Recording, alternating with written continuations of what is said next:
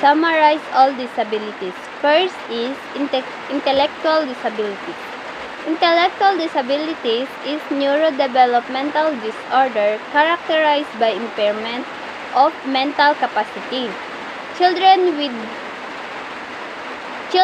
this kind of disability struggle to learn and to adapt with their environment since their mental capacity do not match with their chronological age. They can acquire new skills, but it will take time before they master it. Intellectual disabilities can be caused by a problem that starts anytime before a child turns 18 years old, even before birth. It can be caused by injury, disease, or a problem in the brain. For many children, the cause of their intellectual disabilities is not known. Intellectual disabilities also is children cause learning difficulties, social problems, motor skills impairment, and adversely affect ability to perform successfully in daily life. This negatively impacts a children's ability to learn in a typical educational settings. And for the strategies, what strategies that I'm going to do in that intellectual disability is break learning tasks into small steps. Probe regularly to check understanding present information, visual and verbally. Second disability is communication disorder. The ability to communicate is very important, not only in human relations, but it also affects the future direction of an individual.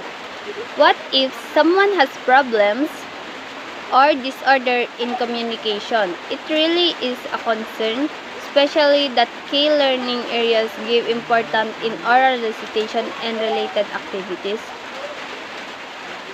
In this communication disorder, the strategies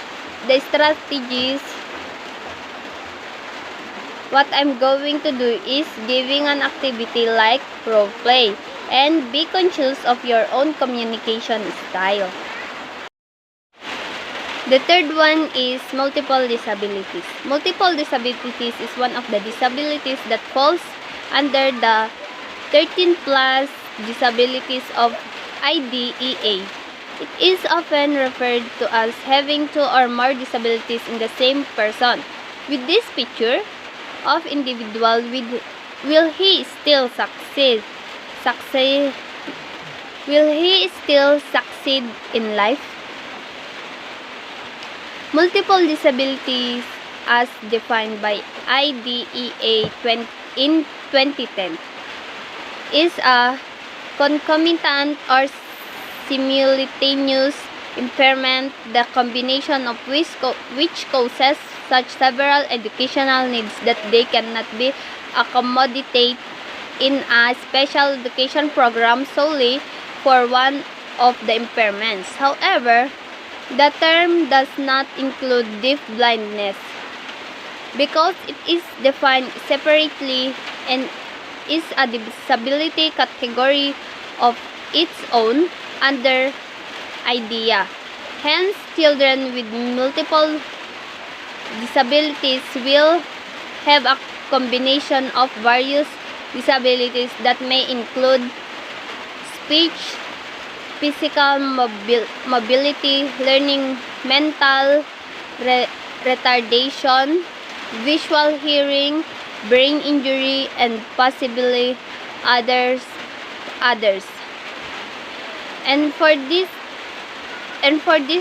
disabilities, the strategies that I'm going to do is using visual instrumental material for easier understanding, or tutor, or keeping instructions simple. The fourth one is hearing impairment. It is a broad term for disordered hearing that affect how the person recognize the loudness or intensity of sound, and frequency or pitch. Also, the hearing impairment may affect one or both ears. It is affect a child's educational performance. Hearing loss is used for people with residual or remaining hearing and can understand speech.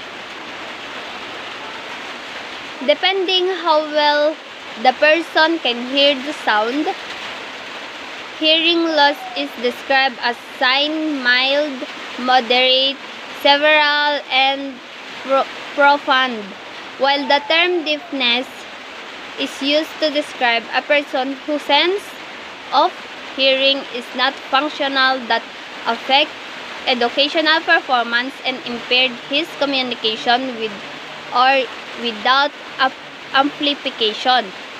It prevents the person from receiving sound in all forms. And for the strategies that I can do for this disability is have a child sit in front, give handout, using visual instructional material. For the fifth, emotional and behavioral disorder. Emotional behavioral disorder has no exact definition, since it is difficult to measure emotion and behavioral.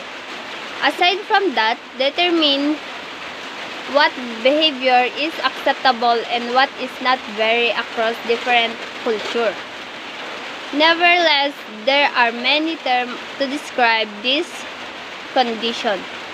Emotionally disturbed, emotionally conflicted, socially handicapped, socially impaired are just some of named the few. IDEA define EBD as a conditional exhibiting one or more of the following characteristics over a long period of time and to marked degree that adversely affect the ability to learn. First is an inability to learn that cannot be explained in terms of intellectual, sensory, or health factors. Second is an inability to build or maintain satisfactory interpersonal relationship with peer and teachers. Third is inappropriate type of behavior or feeling under normal circumstances. Fourth is a general pervasive mood of unhappiness or diagnosed depression. A tendency to develop physical symptoms of fears associated with the personal or school problems. And for the strategies, giving a reward, set simple rule, and provide actively while with regards to controlling emotions. Visual impairment. The eyes are the windows to the soul, in an expression that is often used to describe the deep connection one feels when looking into another eyes. However, like windows, the eyes work both ways. They are not only important in seeing into another person's soul, but they are also vital in how we view the world around us. Sight and vision are important because they allow us to connect with our surroundings, keep us safe, and help maintain the sharpness of our minds. Visual impairment is a general term used to describe people who cannot see even with corrections.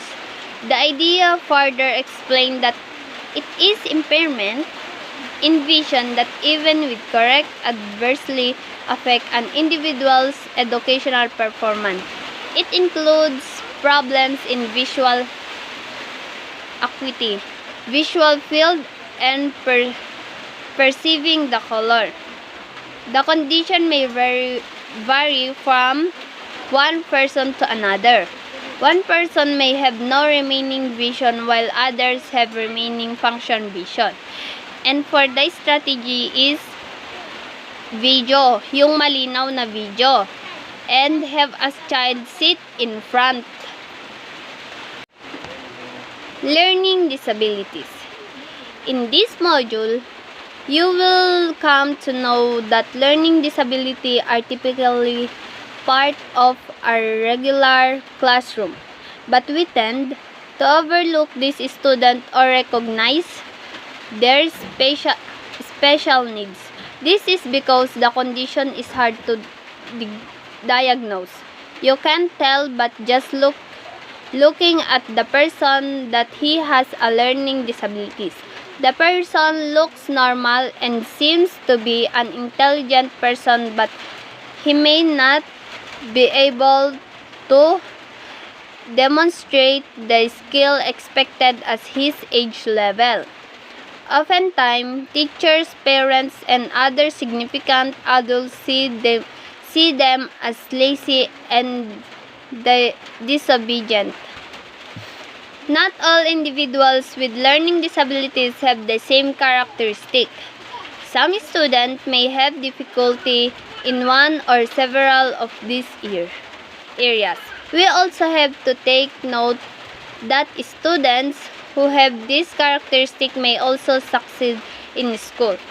In some instances, their characteristics are contradictory. Some students may be hyperactive while others are lethargic. The manifestation of the problem also vary with each grade level. During preschool level, a language disorder may be observed as delayed in speech. In the elementary level, reading problems may occur, and in secondary level, writing difficulty may be observed. And for this strategy, break learning tasks into small steps. Use diagram, graphics, and pictures to support instructional. Traumatic brain injury. Traumatic brain injury, a form of acquired brain injury, occurs when a sudden trauma causes damage to the brain.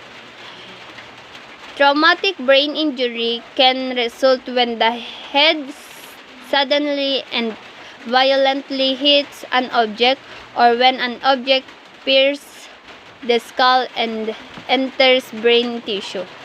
Strategies is encourage the use of schedules, checklists, and notebooks to assist in organizing daily information. Break assignment into smaller parts. And the last one is deaf blindness. According to IDEA, the term deaf blindness means a concomitant or simultaneous hearing and visual impairment.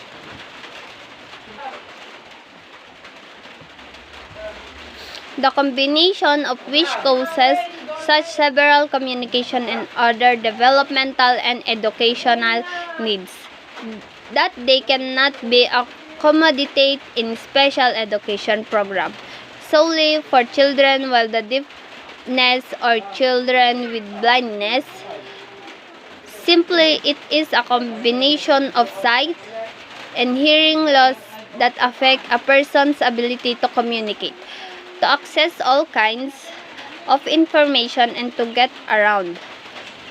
In terms of function, deaf blindness is the combination of significant auditory and visual impairment in a person.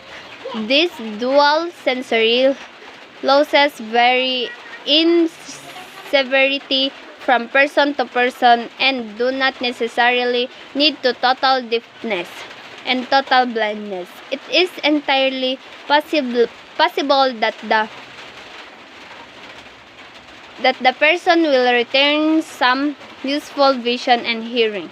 However, in combination, these impairments of the distance senses causes seriously developmental delays in the child. affecting cognitive development, social development, acquisition of communication and language skills, orientation, and mobility.